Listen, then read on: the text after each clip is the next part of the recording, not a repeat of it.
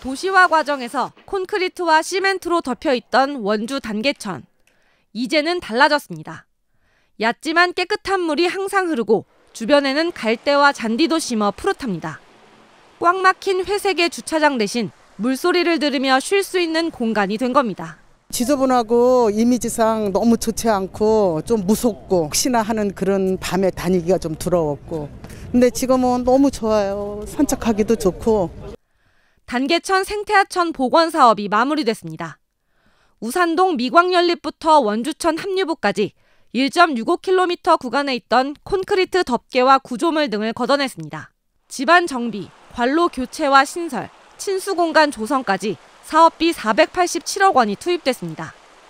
상류에서 흘러오는 물을 오수와 우수로 나누고 또 원주천의 물도 일부 끌어올려 거른 뒤 다시 흘려보내 최소 수량을 확보했습니다. 공사 기간만 4년이 걸렸습니다. 앞으로 이 단계천이 우산동에 경제를 일으키고 또 건강을 지키고 문화를 만들어내는 그러한 아주 소중한 공간으로 만들어 보겠습니다.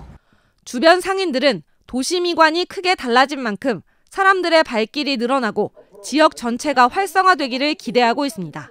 일단은 기회라고 생각을 해요. 근데 그 기회라고 하는 거는 우리가 어떻게 노력을 하고 잡느냐의 문제가 있기 때문에 바뀌어진 환경하고 저희들도 많이 노력을 해서 좀 더 많은 분들이 찾아주십사. 원주시는 주차 공간이 부족하다는 일각의 우려를 반영해 옛 시외터미널 땅 바로 옆에 400면 규모의 주차장을 마련했다고 덧붙였습니다. 힘든 복원 과정을 거쳐 다시 맑은 물길로 시민 곁으로 돌아온 단계천. 다만 연간 5억 원에 달할 것으로 추정되는 유지관리 비용과 벌써부터 제기되는 수질관리 문제는 과제로 지적되고 있습니다. 4년간의 복개 공사를 거쳐 시민에게 돌아온 원주 단계천. 맑은 물이 흘러야 할 하천이 초록빛으로 물들었습니다. 바닥엔 긴 생머리 같은 녹조들이 덕지덕지 붙어 물결을 따라 일렁입니다. 심한 곳은 풀밭이 물에 잠긴 것처럼 보이기도 합니다. 단계천 최상류로 와봤습니다. 이곳에선 악취가 진동하고 녹조 현상도 가장 심각하게 나타나고 있습니다. 녹조가 발생한 구간은 500m 정도. 단계천 전체 1.65km 구간 중 3분의 1에 달합니다. 생태하천을 기대했던 주민들은 황당하기만 합니다. 이거 하천이라고 만들어놨어요. 아유, 찐 냄새가 얼마나 많이 나요. 다 잘못했다고 난리지. 했으면 제대로 해가지고. 단계천 복개 공사를 관리 감독하고 현재 단계천을 관리하고 있는 한국환경공단은 수량 부족을 원인으로 추정하고 있습니다. 단계천에 흐르는 물 대부분은 원주천에서 끌어오는데 원주천 물을 담고 있는 집수정과 배관에 이물질이 쌓여 물을 충분히 끌어오지 못하고 있다는 설명입니다. 건기 동안 이물질들이 많이 쌓여 있어서 그 위에 집수배관 위에를 청소를 해서 물이 원활하게 들어가는 작업을 하고 있습니다. 진행 중인 세척 작업이 충분한 효과를 내지 못하면 수질 유지를 위한 추가 공사를 해야 할 수도 있습니다. 콘크리트 구조물을 걷어내고 단계천을 복원하는 데 이미 투입된 사업비만 487억 원. 국민의 혈세가 얼마나 더 들어갈지 알 수 없는 상황입니다. 작년 11월 생태하천으로 복원된 원주 단계천입니다. 지난주 내린 장맛비에 잔디가 깔려있던 산책길이 흔적도 없이 사라졌습니다. 폭격이라도 맞은 듯 잔디 한가운데가 텅 빈 곳도 눈에 띕니다. 산책로를 받치고 있던 토사도 쓸려 내려가 언제 무너질지 모를 정도로 위태로워 보입니다. 토사 유출이 가장 심각한 곳입니다. 깊은 곳은 성인 남성의 허리까지 모래가 파였습니다.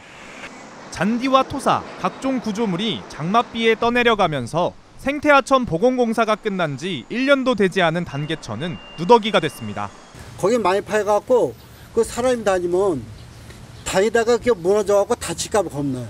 그 자전거 타는 젊은 애들도 있고 걸어다니는 애들도 있고 거기 많이 파였어요. 거기는 뭐 진짜 힘이 없어갖고 금방 주저앉는다고. 그래서 단계천 수위가 가장 높았던 지난 18일 장맛비 98mm에 주민들은 범람 위기를 걱정해야 했는데 전문가들 사이에선 애초 생태하천의 설계와 시공이 부실했다는 지적이 나옵니다.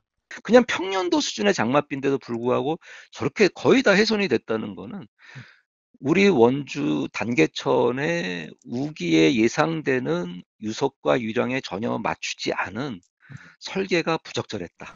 장마철 비가 집중되는 한국의 기후를 고려하면 수량이 평소의 10배에서 20배까지도 늘어날 수 있다는 걸 계산해 설계하고 적절한 공법을 활용해야 하는데 그렇지 못했다는 겁니다. 생태하천 개방 초기부터 지적된 생활 오수 유입, 녹조, 악취 문제 등으로 이미 많은 민원이 제기된 상황. 환경단체들은 총체적 부실의 원인을 찾으려 설계와 시공에 관한 정보 공개를 요구했지만 공사관리 주체인 한국환경공단과 곧 관리 권한을 넘겨받을 예정인 원주시는 국가안보 이익을 이유로 거부했습니다. 네, 그러니까 생태하천 조성 사업 계획이나 용역 계약서에 대해서 정보 공개 청구를 했는데 비공개 사유가 국방 등 국익의 침해라고 답변이 온 것에 대해서는 전혀 이해가 되지 않는 측면이 있습니다.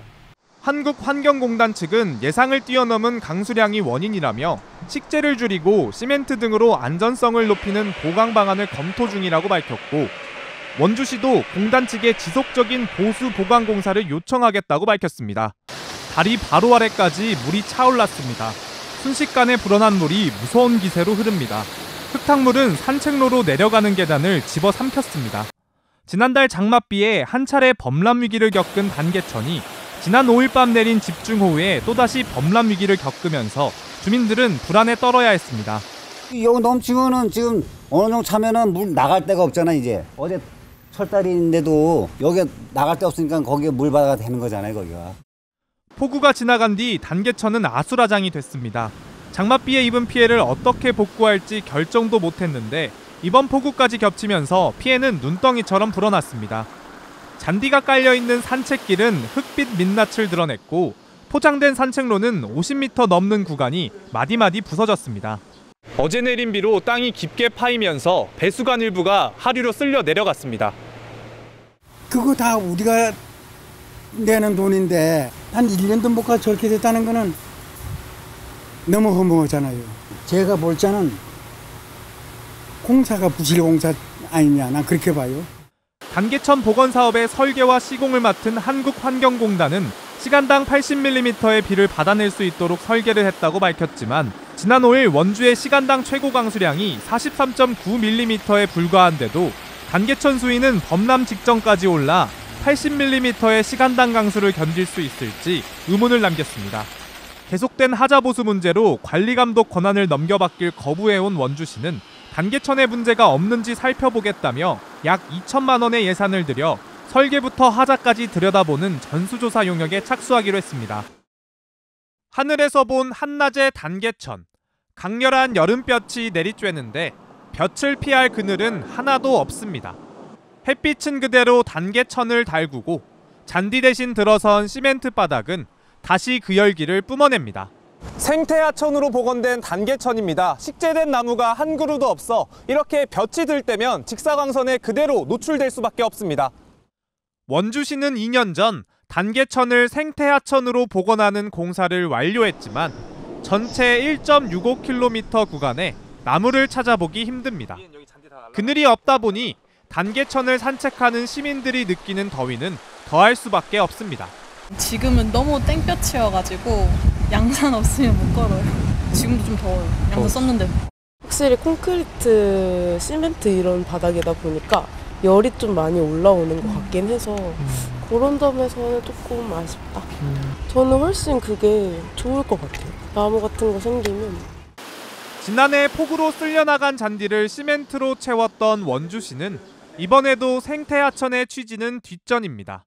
폭우 때면 단계천 유속이 빨라지고 수위가 높아져 나무 심기가 부적절하다는 건데 애초 설계와 준비가 부실했다는 비판이 나옵니다.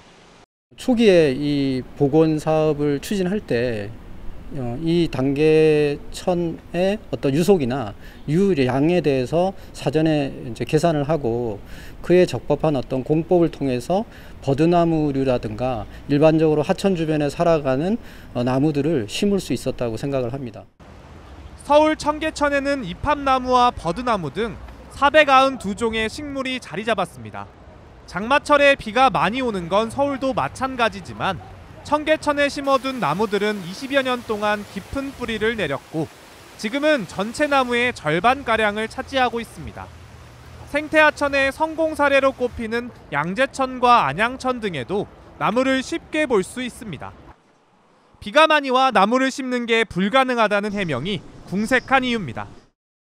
나무와 그늘이 없어 낮이면 보행자가 땡볕에 노출되는 원주시 단계천. 원주시는 500만 원의 예산을 들여 지난 5월 초 공유우산을 배치했습니다. 올해 운영을 해보고 지속 여부를 결정할 계획이었는데 우산함은 2달 만에 텅 비어버렸습니다. 거기에 공유우산이라고 써있고 그래서 글쎄 그렇지 않을까 했는데 꽤 많았었거든요.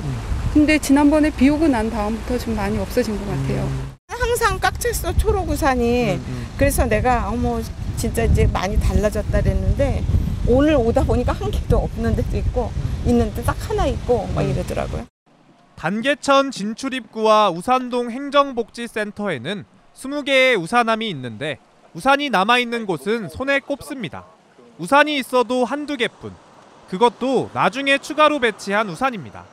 앞서 배치한 우산 160개가 대부분 사라졌고 아직 배치하지 않은 40개만 남은 겁니다. 어떨 적에는 못 쓰는 우산들을 다 갖다 꼽아놔요. 왜 그러시는 거예요? 쓰고 오셨다가 버리기 귀찮으니까 저기다 갖다 꼽아놓고 가신다. 그 많던 우산들은 다 어디로 갔을까? 비가 올 때 집으로 들고 갔다가 미처 반납하지 못했거나 아예 가져간 것으로 보입니다. 단계천 인근 공영주차장입니다. 제 옆으로 원주시 공유우산이 하나 보이는데요. 개인이 반납하지 않고 그대로 가져가려 했던 것으로 보입니다. 일본에서는 이미 수년 전부터 공유우산 앱을 활용해왔고 국내에서도 최근 안산시, 대구교통공사 등이 스타트업과 손잡고 공유우산 앱을 도입한 바 있습니다. 원주시는 최근 반납률이 높아지고 있는 만큼 일단 시민들의 양심과 공유 문화 확산에 기대를 걸어보겠다는 입장입니다. MBC 뉴스 유주성입니다.